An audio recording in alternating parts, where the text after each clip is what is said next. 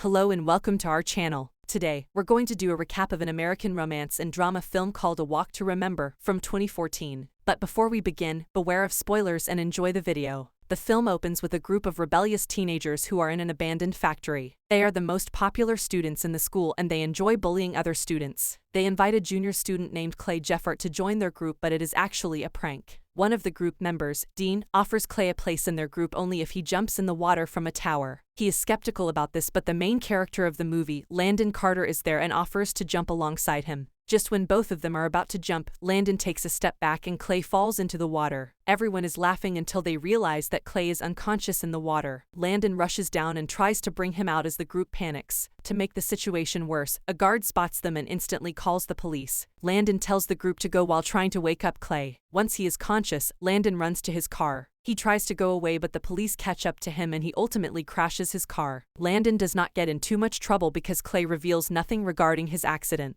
His mother, Cynthia Carter, is not happy about this. Cynthia is a divorcee and Landon's father lives somewhere else. She then takes him to a church where Reverend Sullivan is praying and his daughter, Jamie Sullivan, is also there. She goes to the same school as Landon and she is a girl he has known for many years but to whom he has rarely ever spoken. The principal of the school, Mr. Kelly, calls Landon into his office. Landon is threatened with either expulsion or punishment. Landon reluctantly has to agree on doing school chores as a punishment. His punishment is mandatory participation in various after-school activities, such as doing the janitor's job, tutoring disadvantaged children, and performing in the drama club's spring musical. While doing the janitor's job, he is forced to interact with the quiet and bookish Jamie. Their differing social statues leave them worlds apart, despite their close physical proximity. At night, Landon drops his ex named Belinda at her home. She asks him about their relationship because she wants to get back together with Brandon, but he straight up denies her and clarifies that their relationship is over. The next day, Landon goes to the school to tutor the kids, but he fails terribly in doing so. He is then going back to the bus when Jamie sees him. She goes and sits right by him while trying to cheer him, but he treats her with harsh behavior. Then, at the school play, Landon has to play an important role.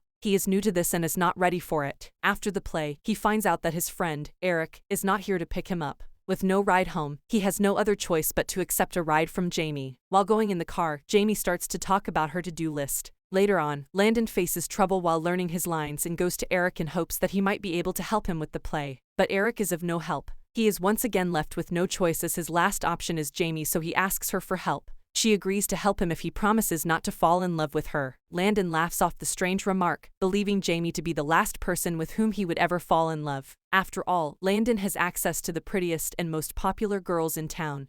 And between her shy conduct and old-fashioned wardrobe, Jamie doesn't exactly fall into that category. Landon and Jamie decide on practicing together at her house after school. Jamie's father is not happy about her having a boy come over and he is a little against it, but she manages to convince him. Landon then comes and the two interact as Reverend Sullivan gives him a fair warning while somewhat scolding him. As night falls, Landon is in his car when he sees that Jamie is entering a cemetery. He thinks that it is not normal and decides to follow. He finds out that Jamie is there with a giant telescope and she is waiting for a comet. Looking at that specific comet is on her to-do list. The two form a tentative friendship, and Landon learns that Jamie has a wish list of all the things she hopes to do in her life, such as getting a tattoo and being in 2 places at once. One day, Jamie approaches Landon at his locker, where he is hanging out with some of his friends. She asks him if they will practice later and he says harsh things to her so that he can seem cool in front of his friends. They laugh at her and Landon's smirk falters as Jamie's face fills with betrayal and embarrassment.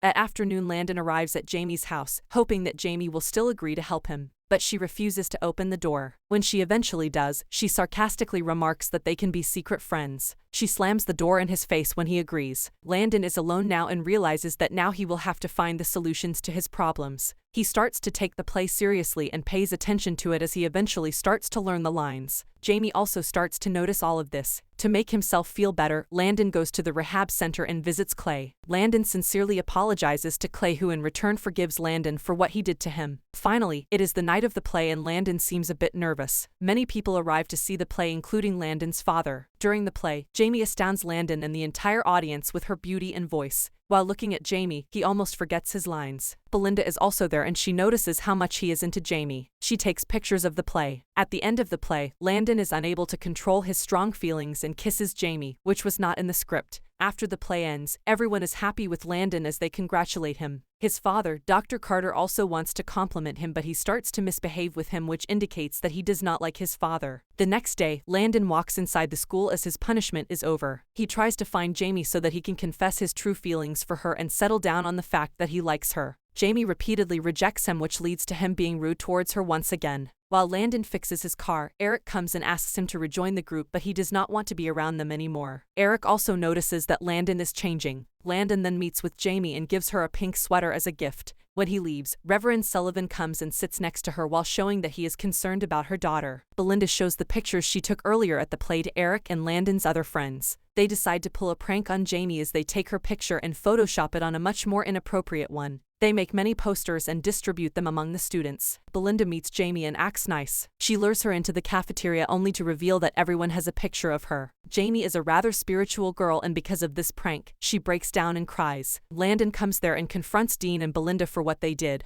Landon ultimately ends up punching Dean and shunning Belinda. He then takes Jamie home. After consoling her, he sees an opportunity and takes it while asking her out on a date on Saturday night. She reveals that she is not allowed to date anyone because of how much he wants to be with her. Landon straight up pulls up at the church and asks Reverend Sullivan if he would let him take her daughter out on a date. After some serious consideration, he allows it. Landon and Jamie then pursue a relationship. He takes her out to dinner and dances with her, something he never did for anyone else. When he discovers that Jamie has a wish list, he sets out to help her accomplish them. One memorable date had Landon taking Jamie to the state line. He excitedly positions her on the line in just the right way, and when Jamie asks him what he's doing, he tells her that she is in 2 places at the same time. Her face lights up with joy as she realizes that Landon set out to make her impossible dreams come true. Jamie finally tells Landon that she has terminal leukemia and has stopped responding to treatments. Landon gets upset at first. Jamie tells him that the reason she didn't tell him is that she was moving on with her life and using the time she had left, but then Landon happened and she fell in love with him.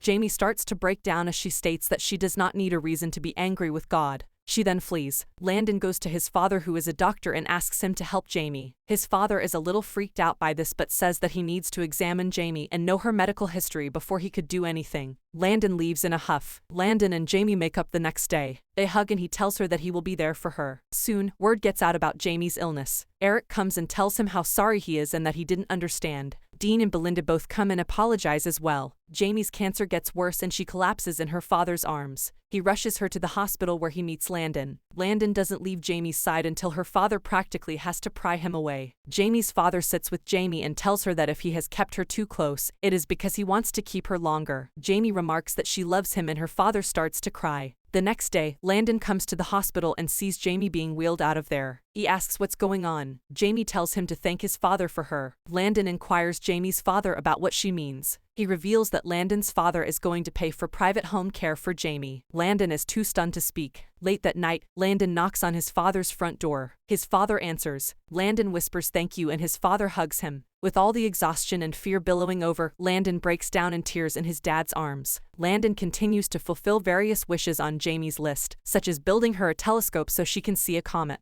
Through this process, Landon and Jamie learn more about the nature of love. While she sees the comet through the telescope, he proposes to her. The couple is married in the same chapel as Jamie's deceased mother, the event that topped Jamie's wish list. Sadly, Jamie passes away after a few days. Landon himself becomes a better person through Jamie's memory, achieving the goals that he set out to do. 4 years later, Landon visits Jamie's father. It is obvious that Jamie helped him to focus and become a better person. He reveals he has finished college and been accepted to medical school. Prior to meeting her, he had no plans for life after high school. He tells Jamie's father that he is sorry he could not grant Jamie's wish to witness a miracle before she died. Her father replies that she did and it was Landon. Here, this movie ends. That's all for today. If you liked this video, then please like, share, and comment. Press the bell icon so you don't miss any updates and don't forget to subscribe to our channel. Take care and see you next time.